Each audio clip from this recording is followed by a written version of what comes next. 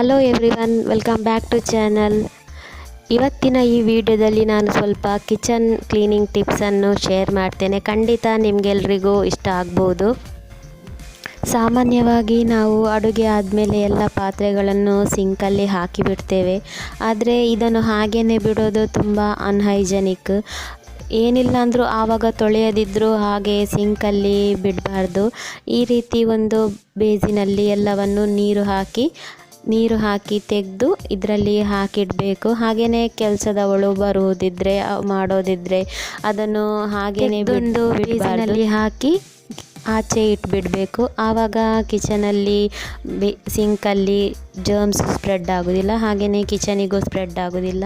ಇನ್ನು ಟೀ ಆದಮೇಲೆ ಪಾತ್ರೆ ಎಲ್ಲ ತೊಳೆಯುವಾಗ ಟೀ ಪೌಡರನ್ನು ತೆಗೆದು ಡಸ್ಟ್ಬಿನ್ನಿಗೆ ಹಾಕಿಬಿಡ್ತೇವೆ ಅಥವಾ ಹಾಗೆಯೇ ನೀರಲ್ಲಿ ಹೋಗಲಿಕ್ಕೆ ಬಿಡ್ತೇವೆ.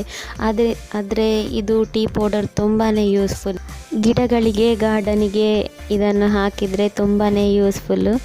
ಎಲ್ಲ ಆದಮೇಲೆ ಇದನ್ನು ಸೋಸಿ ತೆಗೆದು ಗಾರ್ಡನಿಗೆ, ಗಿಡಕ್ಕೆ ಅಥವಾ ಪಾಟಿಗೆ ಅಥವಾ ಯಾವುದಾದ್ರೊಂದು ಖಾಲಿ ಪಾಟನ್ನು ಗಾರ್ಡನಲ್ಲಿ ಇಟ್ಟು ಬಿಟ್ಟರೆ ಅದಕ್ಕೆ ಈ ಟೀ ಪೌಡರ್ ಹಾಕಿ ಸ್ಟೋರ್ ಮಾಡಿದರೆ ಗಿಡಗಳಿಗೆ ಹಾಕ್ಬೋದು. ಇದರಿಂದ ಗಿಡಗಳು ತುಂಬ ಚೆನ್ನಾಗಿ ಬೆಳಿತೀವಿ. ಸ್ಪೆಷಲಿ ರೋಸ್ ಅಂತೂ ತುಂಬಾ ಕಲರ್ ಟ್ರಾನ್ಸ್ಪೆರೆಂಟ್ ಆಗಿ ಇರ್ತದೆ. ಹಾಗೆಯೇ ರೋಸಲ್ಲಿ ಶೇಡಿಂಗ್, ಹಾಗೆಯೇ ಕಲರ್ ಕೂಡ ತುಂಬ ಅಟ್ರಾಕ್ಟಿವ್ ಆಗಿರ್ತದೆ.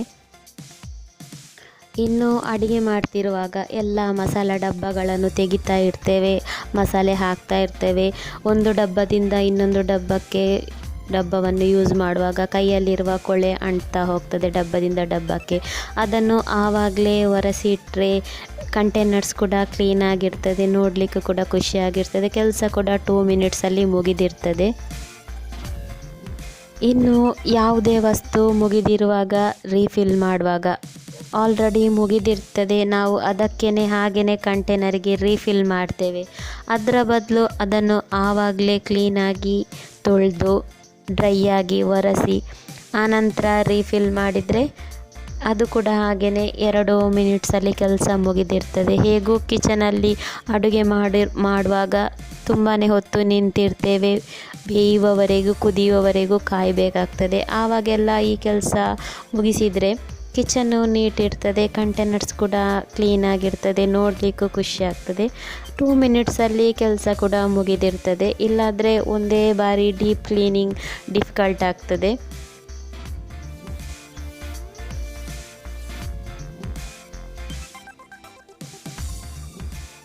ಇನ್ನು ಪಾತ್ರೆ ತೊಳೆಯುವಾಗ ಯಾವಾಗಲೂ ನಾವು ಇದನ್ನು ಮಿಸ್ ಮಾಡ್ತೇವೆ. ಕೆಲವು ಪಾತ್ರೆಗಳಲ್ಲಿ ಸೈಡ್ ಎಡ್ಜಸ್ಗಳಲ್ಲಿ ಏನಾದರೂ ಅಂಟ್ಕೊಂಡಿರ್ತವೆ. ಅದನ್ನು ಕಣ್ಣಿಗೆ ಕಂಡಕ್ಷಣ ಕ್ಲೀನ್ ಮಾಡಿಬಿಟ್ರೆ ಒಳ್ಳೆಯದು. ಆವಾಗಲೇ ಕ್ಲೀನ್ ಆಗ್ತದೆ. ಅದನ್ನು ಕ್ಲೀನ್ ಮಾಡಲಿಕ್ಕೆ ಈ ರೀತಿಯೊಂದು ಹಳತ್ತು ಟೂತ್ ಬ್ರಷ್ ಕೂಡ ಉಪಯೋಗಿಸ್ಬೋದು.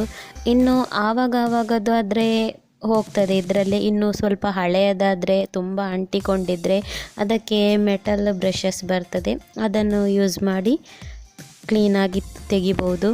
ಇಲ್ಲಾಂದರೆ ನೋಡಲಿಕ್ಕೂ ಅಸಹ್ಯ ಇರ್ತದೆ ಪಾತ್ರೆಗಳು.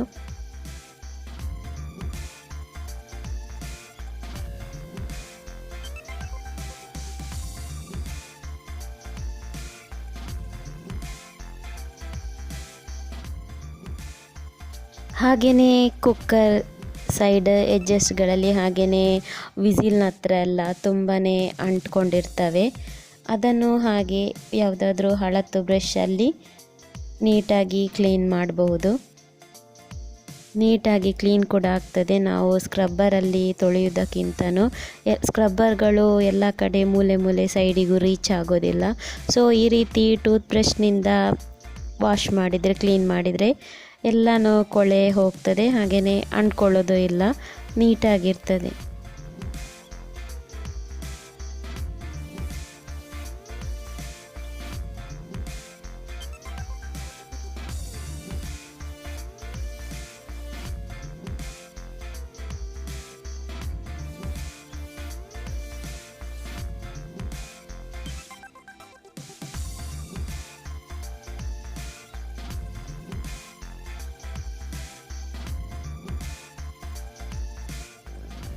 ಯಾವಾಗಲೂ ನಾವು ಕಿಚನ್ ಸ್ಲ್ಯಾಪನ್ನು ಇದೇ ರೀತಿ ಕ್ಲೀನ್ ಮಾಡ್ತಾ ಬಂದಿದ್ದೇವೆ, ಆದರೆ ಇದು ಸರಿಯಾ?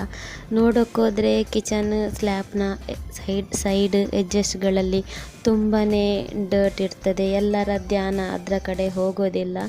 ಸೊ ಅದನ್ನು ಕೂಡ ನೀಟಾಗಿ ಒರೆಸ್ಬೇಕಾಗ್ತದೆ. ಅದಕ್ಕೋಸ್ಕರ ಬಟ್ಟೆಯನ್ನು ಸ್ವಲ್ಪ ಈ ರೀತಿ ಎಳೆದು ಅಡ್ಜಸ್ಟ್ ಮಾಡಿ ಟೇಪಲ್ಲಿ ಡ್ರ್ಯಾಪ್ ಮಾಡ್ಕೊಂಡು ಹೋದರೆ ಸೈಡ್ ಕಿಚನ್ ಸ್ಲ್ಯಾಬ್ ಸೈಡ್ ಕೂಡ ನೀಟಾಗಿ ಕ್ಲೀನ್ ಆಗ್ತದೆ. ಯಾವ ಡರ್ಟ್ ಆಗಲಿ ಕೊಳೆ ಆಗಲಿ ಅಂಟ್ಕೊಳ್ಳೋದಿಲ್ಲ.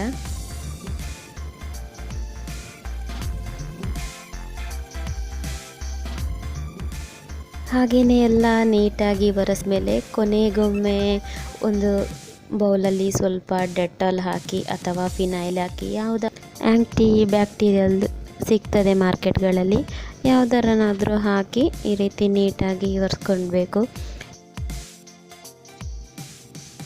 ಸೇಮ್ ಪ್ರೊಸೆಸ್ ಗ್ಯಾಸ್ ಸ್ಟವ್ ಹಾಗೆಯೇ ಸಿಂಕ್ ಟ್ಯಾಪು ಸೇಮ್ ಇದೇ ಪ್ರೊಸೆಸ್ಸಲ್ಲಿ ಒರೆಸಿ ಬಿಟ್ಟರೆ ಆಯಿತು.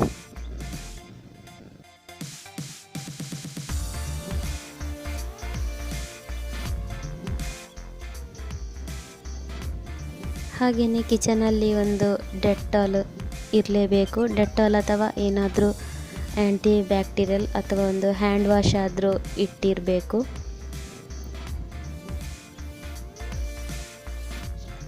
ಇನ್ನು ಸ್ಕ್ರಬ್ಬರ್ಸ್ಗಳ ವಿಷಯದಲ್ಲಿ ಬಂದರೆ, ಪಾತ್ರೆ ಎಲ್ಲ ತೊಳೆದಾದ್ಮೇಲೆ ಸ್ಕ್ರಬ್ಬರ್ಸ್ಗಳನ್ನು ಹಾಗೆಯೇ ಸೋಪ್ ಬಾಕ್ಸಲ್ಲಿ ಹಾಕಿಡೋದ್ರಿಂದ ಅದರ ನೀರೆಲ್ಲ ಇಳಿದು ಅಲ್ಲಿ ಸ್ಟೋರ್ ಆಗಿ ಅಲ್ಲಿ ಕೂಡ ಜರ್ಮ್ಸ್ ಆಗುವ ಚಾನ್ಸಸ್ ಇದೆ. ಅದಕ್ಕೋಸ್ಕರ ಸ್ಕ್ರಬ್ಬರ್ಸನ್ನೆಲ್ಲ ಪಾತ್ರೆ ತೊಳೆದಾದ್ಮೇಲೆ ಸ್ಕ್ರಬ್ಬರ್ಸನ್ನೆಲ್ಲ ವಾಶ್ ಮಾಡಿ ಸ್ವಲ್ಪ ಹಿಂಡಿ ಈ ರೀತಿ ಜಾಲಿ ಟೈಪ್ ಬರುವ ಬಾಕ್ಸಸ್ಗಳಲ್ಲಿ ಹಾಕಿಟ್ರೆ ನೀರೆಲ್ಲ ಇಳಿದೋಗ್ತದೆ, ಸ್ಕ್ರಬ್ಬರ್ ಡ್ರೈ ಆಗಿರ್ತದೆ. ಪ್ರತಿ ಬಾರಿ ಪಾತ್ರೆ ತೊಳೆದಾಗಲೂ ಸ್ಕ್ರಬ್ಬರ್ಸನ್ನು ಕೂಡ ತೊಳೆದು ಈ ರೀತಿ ಇಟ್ಟು ಬಿಡಬೇಕು. ಹಾಗೆಯೇ ಇಲ್ಲಿ ಸ್ವಲ್ಪ ನೀರು ಬಿಸಿಯಾಗಲಿಕ್ಕೆ ಇಟ್ಟಿದ್ದೇನೆ, ನೀರು ಕುದೀತಿದೆ. ಅದಕ್ಕೆ ಕಿಚನ್ ಟವಲ್ಸ್ ಹಾಗೆಯೇ ಸ್ಕ್ರಬ್ಬರ್ಸನ್ನು ಎಲ್ಲ ಹಾಕ್ತಿದ್ದೇನೆ. ಇದಕ್ಕೆ ಸ್ವಲ್ಪ ಲಿಕ್ವಿಡ್ ಸೋಪ್ ಹಾಕಿದ್ದೇನೆ ಅಷ್ಟೇ, ಬೇರೇನು ಕೆಮಿಕಲ್ ಹಾಕಲಿಲ್ಲ. ಬೇಕಿದ್ದರೆ ಒಂದೆರಡು ಡ್ರಾಪು ಡೆಟಾಲ್ ಕೂಡ ಹಾಕ್ಬೋದು. ಈ ರೀತಿ ಸ್ವಲ್ಪ ಹೊತ್ತು ಬಿಸಿ ನೀರಲ್ಲಿ ಹಾಕಿ ವಾಶ್ ಮಾಡೋದ್ರಿಂದ ಸ್ಕ್ರಬ್ಬರ್ಸ್ ಕೂಡ ಕ್ಲೀನಾಗಿರ್ತದೆ, ಹಾಗೆಯೇ ಜಮ್ಸ್ ಕೂಡ ಹುಟ್ಟೋದಿಲ್ಲ. ಹಾಗೆಯೇ ಕಿಚನ್ ಟವಲ್ಸ್ ಕೂಡ ಒಂದು ಸ್ಮೆಲ್ಲು ಬರೋದಿಲ್ಲ. ಈ ಆಯಿಲ್ ಅಥವಾ ಹಾಲನ್ನೆಲ್ಲಾದರೂ ಒರೆಸಿದ್ರೆ ಕಿಚನ್ ಟವಲ್ಸ್ ಎಲ್ಲ ಒಂಥರ ಸ್ಮೆಲ್ ಬರ್ತಿರ್ತದೆ, ಹಾಗೆಯೇ ಒಂಥರ ಜಿಡ್ಡು ಅಂಟ್ಕೊಂಡಿರ್ತದೆ ಕಿಚನ್ ಟವಲ್ಸ್ಗಳಲ್ಲಿ. ಈ ರೀತಿ ಬಿಸಿ ನೀರಲ್ಲಿ ಹಾಕಿ ವಾಶ್ ಮಾಡೋದ್ರಿಂದ ಕಿಚನ್ ಟವಲ್ಸ್ ಕೂಡ ಕ್ಲೀನಾಗಿರ್ತದೆ, ಹಾಗೆಯೇ ಸ್ಮೆಲ್ಲು ಕೂಡ ಇರೋದಿಲ್ಲ. ಹಾಗೆಯೇ ಬ್ಯಾಕ್ಟೀರಿಯಾ ಆಗಲಿ ಜರ್ಮ್ಸ್ ಆಗಲಿ ಇದರಲ್ಲಿ ಆಗೋದಿಲ್ಲ. ಹಾಗೆಯೇ ಇದನ್ನು ಸಿಂಕಲ್ಲಿಯೇ ಕಿಚನ್ ಟವಲ್ಸ್ಗಳನ್ನು ಕೈಯಲ್ಲಿ ಹಿಂಡಿ ವಾಶ್ ಮಾಡಿದರೆ ಸಾಕಾಗ್ತದೆ. ಹಾಗೆಯೇ ನೀಟಾಗಿ ವಾಶ್ ಮಾಡಿ ನೈಟ್ ಟೈಮಲ್ಲಿ ವಾಶ್ ಮಾಡಿದರೆ ಕಿಚನ್ ಸ್ಲ್ಯಾಪಲ್ಲಿ ಅಥವಾ ಸೈಡ್ಗಳಲ್ಲಿ ಹಾಕಿ ಒಣಗಿಸ್ಬೋದು. ನೈಟ್ ಟೈಮ್ ಕಿಚನಿಗೆ ಯಾರೂ ಬರೋದಿಲ್ಲ, ಹಾಗಾಗಿ ಬಟ್ಟೆ ಎಲ್ಲ ಹಾಸಿದ್ರೂ ಏನೂ ಪ್ರಾಬ್ಲಮ್ ಇಲ್ಲ, ಗಲೀಜಿ ಕಾಣ್ತದೆ ಅಂತ ಏನೂ ಆಗಲಿಕ್ಕಿಲ್ಲ, ಯಾರೂ ಬರೋದಿಲ್ಲ. ಹಾಗಾದ್ರಿಂದ